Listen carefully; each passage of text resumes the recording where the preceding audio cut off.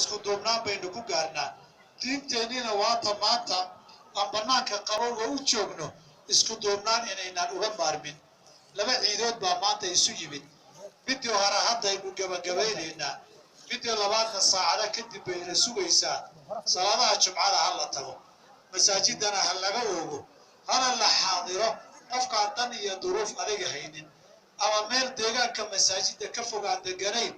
nabigeena calayhi salaatu wasalaam way isu yimaadeen labada ciidood markay labada ciidood isu yimaadeenna saxaabadu waxay inoo wariyeen inuu labadii suuradood ee faatixada ka dambaysay salaadii ciidana ku akhriyey tii jumcadana ku akhriyey markay maalin isugu yimaadeen sidaasay ahaan jireen xilligii cumar iyo cusmaan iyo cali markay isu yimaadeen jumcada waa la ogi jiray xadiis culummada in badan ay xasan ka dhigeenna nabigeena calayhi salaatu wasalaam markay isu yimaadeen wuxuu u fasaxay qofkii duruuf adag leh inuu iska maqnaado laakiin wuxuu yidhi wa innaa mujammicuuna in shaa allah haddii alla yidhaha annagu jumcada waanu tukanaynaa saa darteed jumcadiina waa laynaga rabaa salaadii jumcada masaajida aynu tagno masaajidiina aynu ku tukanno qofkaan dan iyo duruuf adag lahayn ama meel fog aan ka imanin qofkay duruuf adag la xiriirto ama meel fog ka soo aaday ciidaha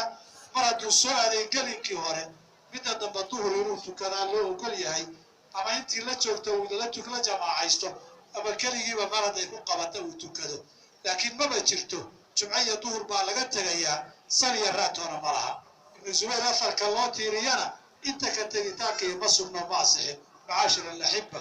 labada ciidood waa ilaahay fadligii inay isu yimaadeen ciidul adxaa oo fadli badnayd iyo jumcadii oo fadli badnayd suuratulkahfi iyo sunankii la aqrin jiray sidii baa loogu baahan yahay salliga nabiga in la badiyo sidii baa loogu baahan yahay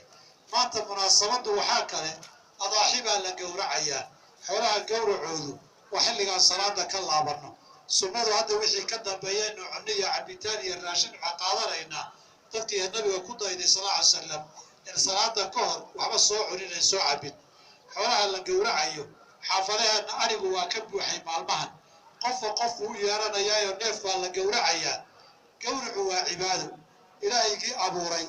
baa jideeyey cibaadadiisa in loo gowraco ee in la cadaabaya maaha xoolaha loo turo nabigeenu waa ka dardaarmay sala allahu calayhi waalihi wasalam oo wuxuu yidhi haddaad gowracaysaan waxaad u gowracaysaan ixsaan iyo si wanaagsan ula dhaqma mindi af badan ha lagu gowraco hana loo raaxeeyo hadduu ooman yahay ha la waraabiyo mindida yaa lagu hor afaynin nin ku hor soofaynayo arkay nabigu neefuu gowraci rabay mindida markaasuu yidhi ma laba jeer inaad dishaa rabtaa neefku wax uu maqlayaa waxna wuu garanayaa bannaanka iyo meel ka qarsoo ku soo afayso marka dhulka la seexinayana si tartiiba ha loo sameeyo walyurix dabiixatah midida ha soo afeeyo neefka la gowracayana si tartiiba ha loo gowraco ha loo naxariisto gowracu waa cibaadada iyo naxariistuna ma kala maarmaan intaa wixii ka dambeeya waxaan rabaa inaan ina xasuusiyo maanta waa jimca bisha 9aadna waa 1 subaxa ciidda waxaynu naqiinay in haweenka iyo carruurta iyo meelaha lagu ciidan la aado laakiin maanta waa ka duwan tahay maanta maalmihii hore lamid ma aha waxaa dhici karta maanta waxaa la sugayaa nimankii waddanka isku haystay in la kala xukumaa la sugayaa inay rabsho iyo qalalaasa ka dambaysana way dhici kartaa aynu feejignaano bal waxoogay aynu meelaha aynu aadayno iyo meelihii haweenka iyo carruurta iyo la geynayay bal maanta ha laga yar fiirsado geedka aynu fooda saaro inaan degdegino inta durba xugun inagu soo baxo hadday rabshiya dhagaxtuur timaado inaan meel baylaha iyo cidlaa aynagu helin saa darteed waxaan u leeyahay wayna ogtihiin intaasoo dhan xog aad ogtihiin weeye xiisaha iyo farxaddu intaa halmaantaan yaanu durba meel duur cidlo oo dadkii iyo ka dhoweyn oo meel la isku difaaciy iyo gabaad lahayn yaan dee tugna dhagaxtuuraya oo waxna beriinayni waxay soo maraan cagta marinaya yaan lagu fududaanin maanta bannaanka in loo baxo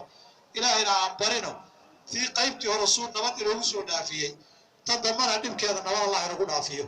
dadkeenna iyo ubadkeenna allah inaga nabadgeliyo diinteennana allah ka nabadgeliyo wixii shar iyo balaana allah inaga xijaabo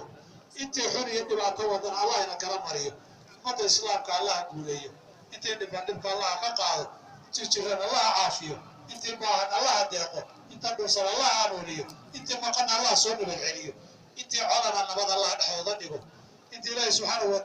sulayninna wanaag dhexdooda allah ha dhigo